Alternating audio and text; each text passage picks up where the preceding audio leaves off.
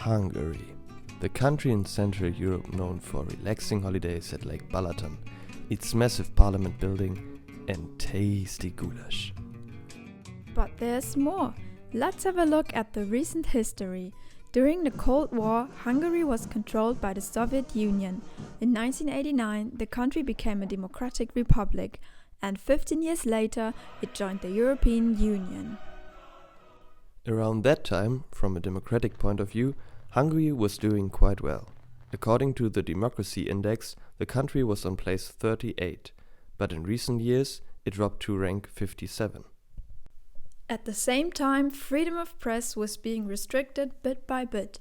In the early 2000s, Hungarian journalists could work without limitations. According to the Press Freedom Index, Hungary was placed 10th.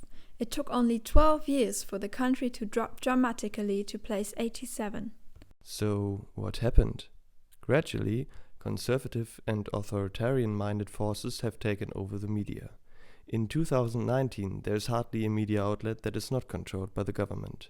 This process was significantly pushed by Prime Minister Viktor Orban, but it had started already before his election into office in 2010.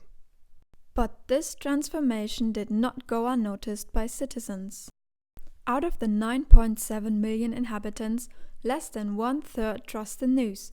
That is one of the lowest scores in the world. Let's talk about this with Dora Dischery, a Hungarian journalist based in Berlin.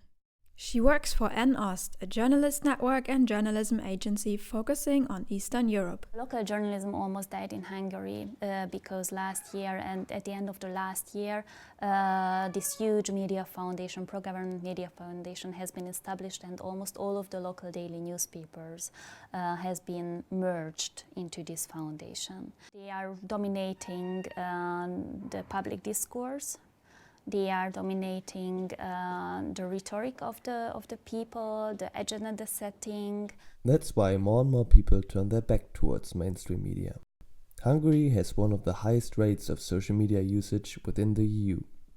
Also, the government is really dominant on this social media side. So they have also their tools, they have their power, and they have their people there playing the voice of the government through fake profiles on Facebook and Twitter, and trying to push news and trying to comment in a government-friendly way.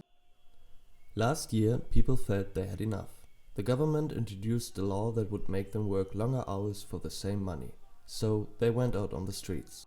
And opposition lawmakers are tried to get into the building of the state media, and tried to receive airtime for their demands. And at first it was really peaceful, but afterwards the guards just came and they forced some MPs to the ground, and they just kicked them out literally from the building.